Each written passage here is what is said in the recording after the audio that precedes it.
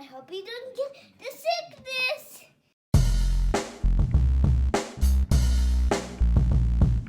My boy Kurt is a stay-at-home dad, watching Disney movies he never had. His daughter digs through all the VHS, crushing the classics in a princess dress. Informed like Scuttle, Kurt's got your ticket, making it real like Jiminy Cricket. Most off the Captain Hook, but if the Tweedledum, he'll be taking more shots than Bambi's mom. Leaves him raised like Simba, or cracked like the beast dishes. He'll show you a whole new world, you won't need 3 wishes. Stay-at-home Disney dad.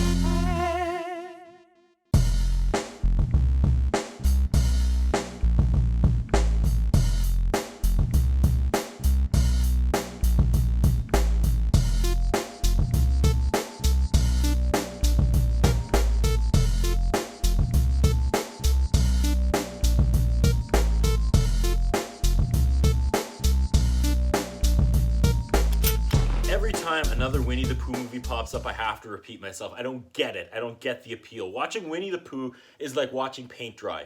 Depressing paint with no redeeming qualities, toxic friendships, and passive-aggressive bullying and fat shaming. Drying paint. Alright, let's do this. Coming soon to theaters, April 2003. Yay, an ad for more Winnie the Pooh movies. Piglet's big movie. Yeah, I already suffered through this. Coming only to theaters? What? That was in theaters? Ad for Lilo and Stitch. I love hearing Elvis on a Disney trailer. Quote, the enchantment of Beauty and the Beast continues in Belle's magical world. I disagree. I would argue the enchantment didn't so much continue as it got dragged into the ditch and beaten with a tire iron. Sorry.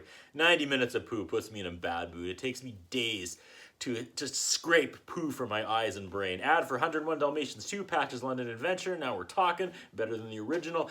Ad for Disney's Very Merry Christmas sing-alongs, over 20 holiday songs. I want to not like this, but it makes me excited for Christmas even more. Another Beauty and the Beast ad, Beauty and the Beast Enchanted Christmas. This was decent. Watch this and burn Belle's Magical World. Another preview, Tim Allen in the Santa Claus. Never seen it. Okay, feature presentation. Let's see if Pooh and his gang can make Christmas depressing.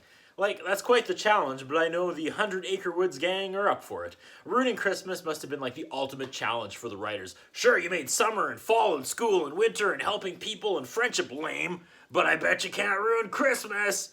Oh, challenge accepted. I don't know what Winnie the Pooh sounds like. Imagine getting this lump of coal of a VHS in your stocking one year. Okay, we start. Pooh is giggling. Everyone is knocking at his door. I hope they give Eeyore a Kate from Gremlins, you know why I hate Christmas monologue? Then I'll take back everything bad I ever said about Winnie the Pooh franchise. It was Christmas Eve. I was 9 years old. Me and Mom were decorating the tree, waiting for Dad to come home from work. A couple hours went by. Dad wasn't home, so Mom called the office, no answer. Christmas Day came and went and still nothing, so the police began a search. 4 or 5 days went by. Neither of us could eat or sleep. Everything was falling apart. It was snowing outside. The house was freezing, so I went to try to light up the fire. And that's when I noticed the smell. Oh, come on, Eeyore. All Pooh's friends come over and they're decorating the tree on Christmas Eve. They seem happy. This all seems happy. But I just know the other shoe's gonna drop in 3, 2, 1. This is what I'm talking about. Roo and Kanga made honey cookies and expect Pooh to just hang them on his tree and not eat them. That's like hanging dozens of those little airplane bottles of liquor on an alcoholic's tree or a bunch of crack cocaine on Tigger's tree. Oh, there's a story that not everyone was here for, so we have our first flashback scene.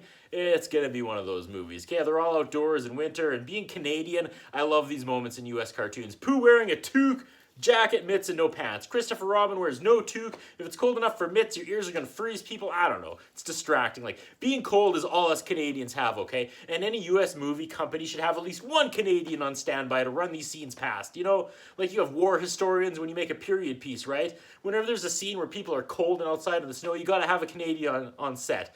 I missed everything that happened in the last 10 minutes while I was ranting, but I'm guessing that was nothing. I think they're trying to get a letter to Santa Claus, and like most Pooh movies, there's just a series of time-wasting mishaps as they go from A to B.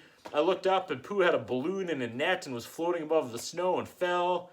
Eeyore keeps saying, not much of a blank for not much of a blank. Just beating that line into the dirt. He wants an umbrella for Christmas. Not much of a plot for not much of a Christmas movie, yeah. Now we see the antagonists in all this. There's a bunch of turtles or slugs. They run around the house while Rabbit tries hitting them with a fly swatter. Then they all run outside. Rabbit has destroyed his house. Pooh and everyone shows up. They need a pencil because Pooh needs to write a list and send it to the North Pole. Pooh can't decide and rambles on. And finally, Rabbit snaps and says, "Oh, just write a pot of honey. Thank you." Now everyone is writing what they want. Autocorrect is once again turning Eeyore into eyesore, so I'm going to leave it eyesore. Wants an umbrella. Tigger wants 6 snowshoes. I guess snowshoes is slang for drugs, whatever. Everyone keeps asking for more and more and more and more, and is that where this is all going? They get to mail the letter, and as Pooh and Piglet walk up the snowy hill, their haunted footprints appear behind them in the snow in these weird intervals. Like, that animation was way off. But also, the best part of this movie so far is weird and creepy. They stop and wake Gopher up from hibernation because they need him to chop down a tree for them. And he does. But he uses an axe. For real. Can any of them just use the axe themselves? Why does no one talk about how selfish these characters are? Why wake him up if he's using an axe? They get home and later the Santa letter blows behind him. I guess it blew out of the mailbox and blew home, and that reminds me of something else that blows. This movie. So the letter came back. Pooh gets all inspired and says, "Piglet, we will find a way to get Christmas to everyone, and my name isn't Winnie the Pooh, which it is." Okay, Pooh dresses up as Santa and drops homemade gifts off at everyone's house again. Everyone of them is kind of a to Santa, and all of Pooh's homemade gifts immediately break. The gig is up. They know Pooh is Santa. The wind picks up and it's blowing north, so they're going to send the letter in the wind. Is that what? No. That whole wind meant nothing, because now Pooh's on a quest to deliver the letter himself. The wind part meant nothing. Everyone is sad because they're celebrating without Pooh, who they sent off to mail the letter. So why are they sad? Then Pooh returns. I was writing and not watching, but now Christopher Robin shows up and everyone has gifts. I guess Christopher Robin brought everyone's gifts from Santa. Pooh doesn't want to open his gift. He doesn't deserve a gift. He doesn't deserve anything. Fair. He hugs Christopher Robin and the flashback ends. Kanga says the whole thing about the holidays, our memories, are the real Christmas gifts. Okay, they can have that one, sure. Holiday memories are the real Christmas gifts. Okay, we go to the next flashback. I honestly wasn't paying attention. Tigger is covered with bells. They play the music for Jingle Bells, and Tigger sings Jingly Bells, and they are trying to make the worst version of this song as the voice actor just screams the lyrics out of time and out of tune. Credit where it's due. They're doing it. They're making me angry about Christmas. Pooh lost his Christmas present for Piglet, and suddenly there's a narrator narrating. He wasn't there before. He can't find the gift. That came out of nowhere. He looks from Christmas morning until New Year's Eve. It's New Year's Eve now. You probably stop looking for the Christmas present. Okay. This movie has to be halfway done by now, okay? It's Christmas Eve. You still can't find the present. They talk about New Year's resolutions. Promises to be better people. Yeah, these characters could use about 70 years of New Year's resolutions to be better people. The next few minutes, Rabbit grows a carrot and brings it inside. Yeah, this cartoon is really kicking it into another gear with this flashback. Tigger is annoying everyone. Honey pots fall. Rabbit kicks everyone out of his house. The story isn't about Pooh finding Piglet's gift. This is about Rabbit's carrot. Rabbit finally has enough of them, and I can relate. I'm sorry, folks. I just don't get it. Anyways, they realize how they are actually horrible friends once they get kicked out, and they make resolutions to be better people for Rabbit, but not really. Pooh is gonna not eat honey. How does that make you never mind. Tigger can't bounce, Eeyore can't be gloomy, and Piglet won't be afraid. Oh, what will happen with all these one-dimensional characters when their one dimension is removed? Oh, I see. Tigger teaches Piglet to bounce, so he's not afraid. They're just going to swap annoying habits. Yep, Tigger is not bouncing, so now Tigger's afraid. Pooh and Eeyore swap annoying traits. Eyesore now likes honey, and Pooh is depressed. But the funny thing is, Pooh with Eeyore's depression isn't that much different than regular Pooh was. They all return to Rabbit's house, and they're just as annoying as they were before, but now they just have each other's annoyances, and okay, this is kind of fun. There. You happy? I actually kind of like this. This is kind of charming. I just noticed Tigger tied a giant rock to his tail to keep him from bouncing. Dark. Rabbit just takes his carrot and leaves his house. Guess that was easier. They all figured out that when they change, they just became each other. Rabbit forgives them, and they all go back to their old, boring, annoying selves instead of their new, boring, annoying selves. It's a New Year's party back at Rabbit's house. Rabbit gives Tigger his bells back. I have no idea if there's symbolism with this or not. Eeyore says, "Nothing brings friends together like bells." I don't even know what to think about that line. Suddenly, Pooh remembers where Piglet's gift is. He trips in the snow for zero reason. Like, again, there's no reason for that scene. He runs through the snow, he falls, he gets up. He gives Piglet his gift, and it's a music box. They all sing All Enzyme. The book closes and credits roll. That was it.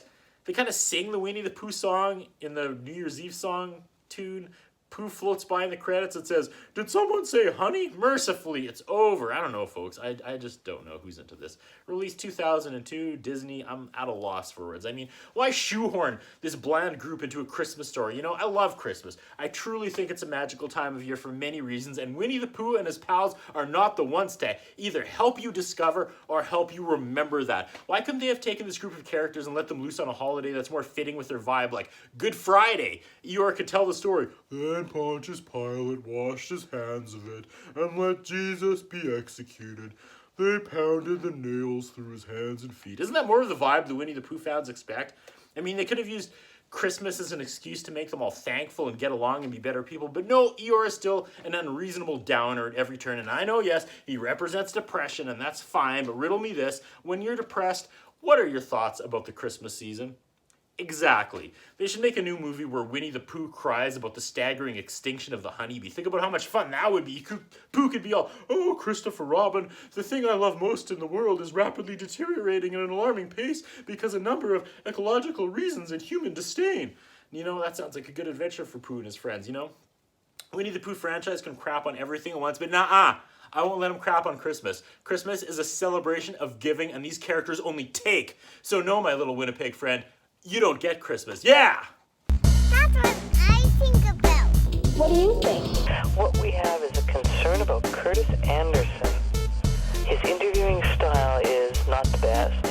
His personal appearance is not the best. I was wondering if the man has some kind of a hold over the channels that he's allowed to be employed for so long with the standards of journalism and personal appearance